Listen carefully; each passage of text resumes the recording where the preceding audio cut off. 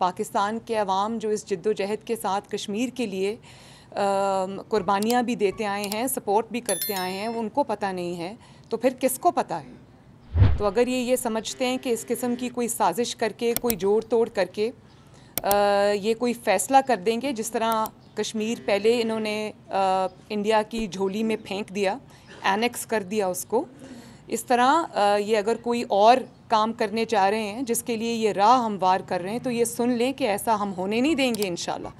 इसमें कश्मीरियों की मर्ज़ी भी शामिल होगी। कोई भी अगर आपने इसका हल देखना है तो उसमें कश्मीरियों की और पाकिस्तानियों की मर्ज़ी भी शामिल होगी। इसमें आप अपने आप कोई फ़ैसला नहीं कर सकते। जहाँ तक आपने कश्मीर के इलेक्शंस की बात की, तो कश्मीर का इलेक्शन बिल्कुल वो हमारा अपना इलेक्शन है।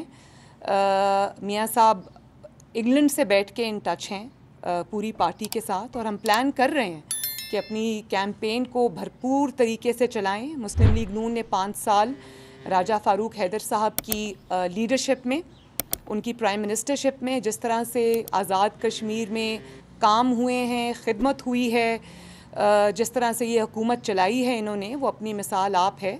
और इस वक्त कश्मीरियों का जो आज़ाद कश्मीर के जो भी जितने भी अवाम हैं, उनका जो ट्रेंड है क्लियरली मुस्लिम लीग नून की तरफ है, और मुस्लिम लीग नून की फ़तह इंशाअल्लाह ताला यकीनी है।